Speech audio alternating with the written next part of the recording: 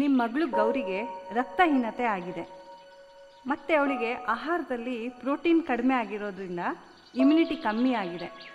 ಅದಕ್ಕೆ ಯಾವಾಗಲೂ ಸುಸ್ತಾಗಿರೋದು, ಹುಷಾರು ತಪ್ಪೋದು ಇವೆಲ್ಲ ಆಗ್ತಿರೋದು.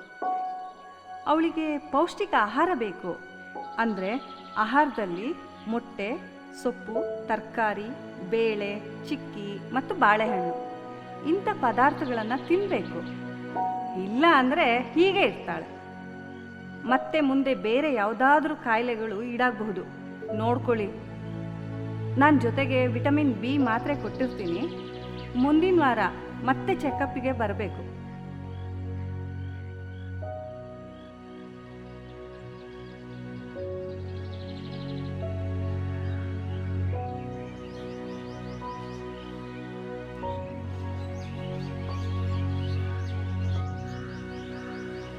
ಗೌರಿ, ಒಳಬಾರಮ್ಮ.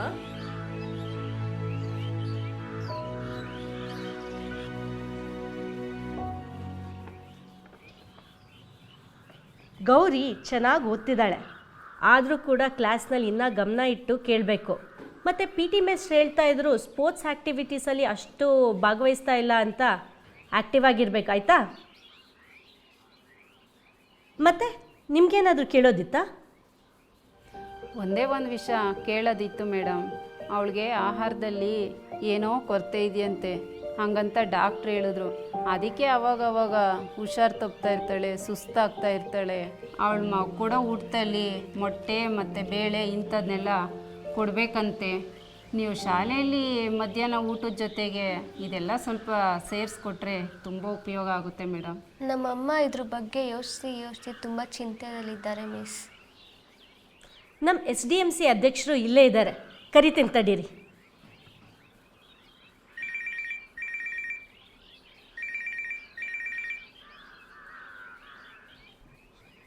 ಹೇಳಿಮ್ಮ, ನಿಮ್ಮ ಸಮಸ್ಯೆ ಏನು?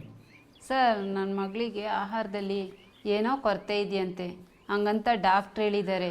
ಊಟದಲ್ಲಿ ಮೊಟ್ಟೆ, ಬೇಳೆ, ಸೊಪ್ಪು, ತರಕಾರಿ ಇಂಥದ್ದನ್ನೆಲ್ಲ ಕೊಡಬೇಕಂತೆ. ನೀವು ಮಧ್ಯಾಹ್ನ ಊಟದ ಜೊತೆಗೆ ಇದು ಸ್ವಲ್ಪ ಎಲ್ಲ ಕೊಟ್ಟರೆ ತುಂಬ ಉಪಯೋಗ ಆಗುತ್ತೆ ಸರ್. ಸರಿಮ್ಮ, ನೀವು ಹೇಳ್ದಂಗೆ ಆಗಲಿ. ಈ ತಿಂಗಳು ನಮ್ಮದೊಂದು ಮಾಸಿಕ ಸಭೆ ಇದೆ. ಅಂದರೆ ನೀವು ಒಂದು ಮನವಿ ಪತ್ರವನ್ನು ಬರ್ಕೊಡಿ. ನಮ್ಮ ಈ ಮಾಸಿಕ ಸಭೆಯಲ್ಲಿ ನಿಮ್ಮ ಮನವಿ ಪತ್ರವನ್ನಿಟ್ಟು ಚರ್ಚಿಸಿ ಎಲ್ಲ ಸದಸ್ಯರ ಒಪ್ಪಿಗೆಯ ಮೇರೆಗೆ ಒಂದು ನಿರ್ಧಾರಕ್ಕೆ ಬಂದು ಶೈಕ್ಷಣಿಕ ಇಲಾಖೆ ಮತ್ತು ಗ್ರಾಮ ಪಂಚಾಯಿತಿಗೆ ತಿಳಿಸಿ ಮಕ್ಕಳಿಗೆ ಪೌಷ್ಟಿಕ ಊಟದ ವ್ಯವಸ್ಥೆ ಮಾಡ್ತೀವಿ. ನೀವು ಭಯಪಡಬೇಡಿ ಸರ್. ಈ ಶಾಲಾ ಮತ್ತು ಮಕ್ಕಳ ಮೇಲೆ ಕಾಳಜಿ ವಹಿಸೋದಕ್ಕೆ ತುಂಬ ಧನ್ಯವಾದಗಳು ಸರ್. ಸರ್, ಈ ಶಾಲಾ ಅಭಿವೃದ್ಧಿ ಮತ್ತು ಮೇಲುಸ್ತುವಾರಿ ಸಮಿತಿ ಅಂದರೆ ಏನು ಸರ್? ಶಾಲಾಭಿವೃದ್ಧಿ ಮತ್ತು ಮೇಲುಸ್ತುವಾರಿ ಸಮಿತಿ ಇರುವುದು ಶಾಲೆಗಳ ಅಭಿವೃದ್ಧಿಗೋಸ್ಕರ. ಅಂದರೆ ಸ್ಥಳೀಯ ಸರ್ಕಾರ, ಸಮುದಾಯ, ಶೈಕ್ಷಣಿಕ ಇಲಾಖೆ, ಸ್ಥಳೀಯ ಸಂಘ ಸಂಸ್ಥೆಗಳು ಜೊತೆಗೆ ಸೇರಿ ಶಾಲಾಭಿವೃದ್ಧಿ ಯೋಜನೆ ತಯಾರಿಸೋದು, ಶಾಲೆಗಳ ಮೂಲಭೂತ ಸೌಕರ್ಯಗಳನ್ನು ಅಭಿವೃದ್ಧಿ ಮಾಡೋದು, ಮಕ್ಕಳ ರಕ್ಷಣೆ ಮತ್ತು ಪೋಷಣೆಗಾಗಿ ಮೇಲ್ವಿಚಾರಣೆ ಮಾಡೋದು, ಮಕ್ಕಳ ಹಾಜರಾತಿ, ಕಲಿಕೆಯ ಗುಣಮಟ್ಟದ ಬಗ್ಗೆ ಮೇಲ್ವಿಚಾರಣೆ ಮಾಡೋದು, ಶಾಲೆಯಿಂದ ಹೊರಗಡೆ ಉಳಿದಿರುವಂತಹ ಮಕ್ಕಳನ್ನು ಶಾಲೆಗೆ ಮತ್ತೆ ಕರೆತರೋದು, 3 ತಿಂಗಳಿಗೊಮ್ಮೆ ಪೋಷಕರ ಸಭೆಯನ್ನು ನಡೆಸಿ ಮಕ್ಕಳ ಕಲಿಕೆಯ ಗುಣಮಟ್ಟವನ್ನು ಮೇಲ್ವಿಚಾರಣೆ ಮಾಡೋದು.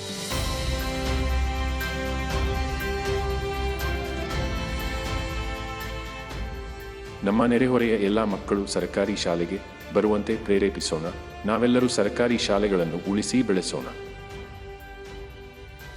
SDMC ಎನ್ನುವುದು ಶಾಲೆಯಲ್ಲಿ ಕಲಿಯುತ್ತಿರುವ ಮಕ್ಕಳ ತಂದೆ ತಾಯಿ ಪರಿಷತ್ತಿನಿಂದ ಚುನಾಯಿತರಾದ ಪಾಲಕರ ಪ್ರತಿನಿಧಿಗಳು, ನಾಮನಿರ್ದೇಶಿತ ಜನಪ್ರತಿನಿಧಿಗಳು, ಶಿಕ್ಷಕರು, ವಿದ್ಯಾರ್ಥಿ ಪ್ರತಿನಿಧಿಗಳು, ವಿವಿಧ ಇಲಾಖೆಗಳ ಪದ ನಿಮಿತ್ತ ಸದಸ್ಯರುಗಳನ್ನು ಒಳಗೊಂಡ ಸಮಿತಿ. ಶಾಲಾಭಿವೃದ್ಧಿ ಮತ್ತು ಮೇಲುಸ್ತುವಾರಿ ಸಮಿತಿಯ ಹಿನ್ನೆಲೆಯಲ್ಲಿ RTE ಕಾಯ್ದೆ 2009 ಅಧ್ಯಾಯ 4 ಸೆಕ್ಷನ್ 21, 22ರಲ್ಲಿ ಉಲ್ಲೇಖಿಸಲಾಗಿದೆ. 1999ರಲ್ಲಿ ಶಿಕ್ಷಣ ಕಾರ್ಯಪಡೆಯ ವರದಿ 2001ರಲ್ಲಿ SDMC ರಚನೆಗೆ ಆದೇಶ, ಸರ್ಕಾರದ ಅಧಿಕೃತ ರಾಜ್ಯಪತ್ರ 14/6/2006ರಲ್ಲಿ ಎಲ್ಲ ಶಾಲೆಗಳಲ್ಲಿ SDMC ರಚನೆ ಆದೇಶ. SDMCಗಳು ಪಂಚಾಯತ ರಾಜ್ ವ್ಯವಸ್ಥೆಯ ಒಂದು ಭಾಗ. SDMC ರಚನೆಯ ಉದ್ದೇಶ ರಾಷ್ಟ್ರೀಯ ಶಿಕ್ಷಣ ನೀತಿಯನ್ವಯ ಪ್ರಾಥಮಿಕ ಮತ್ತು ಪ್ರೌಢ ಶಿಕ್ಷಣದ ಸಾರ್ವತ್ರೀಕರಣ ಸಾಧಿಸುವುದು, ಶಾಲೆಗಳು ಪರಿಣಾಮಕಾರಿಯಾಗಿ ಕಾರ್ಯನಿರ್ವಹಿಸುವಂತೆ ಖಚಿತಪಡಿಸಿಕೊಳ್ಳುವುದು, ತಮ್ಮ ಮಕ್ಕಳ ಪ್ರಗತಿಯ ಬಗ್ಗೆ ಕಾಳಜಿಯುಳ್ಳ ಪೋಷಕರು, ಪಾಲಕರು ಶೈಕ್ಷಣಿಕ ಪ್ರಕ್ರಿಯೆಯಲ್ಲಿ ಸಕ್ರಿಯವಾಗಿ ಪಾಲ್ಗೊಳ್ಳುವಂತೆ ಮಾಡುವುದು.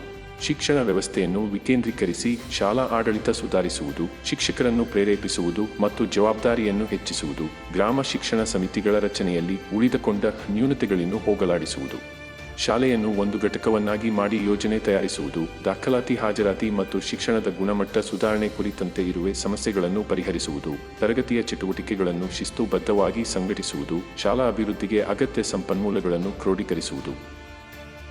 ಪೋಷಕರ ಪಾತ್ರ: ಮನೆಗಳಲ್ಲಿ ಕಲಿಕಾ ಪೂರಕ ವಾತಾವರಣ ನಿರ್ಮಾಣ ಮಾಡುವುದು, ಮಕ್ಕಳೊಂದಿಗೆ ಕಲಿಕಾ ಚಟುವಟಿಕೆಗಳಲ್ಲಿ ಪಾಲ್ಗೊಳ್ಳುವುದು, ಪೋಷಕರ ಸಭೆಗಳಲ್ಲಿ ಭಾಗವಹಿಸುವುದು ಮತ್ತು SDMCಯೊಂದಿಗೆ ಮಕ್ಕಳ ಕಲಿಕೆಯಲ್ಲಿ ಪಾಲ್ಗೊಳ್ಳುವುದು, ಮಕ್ಕಳ ಹಾಜರಾತಿಯನ್ನು ಖಚಿತಪಡಿಸುವುದು.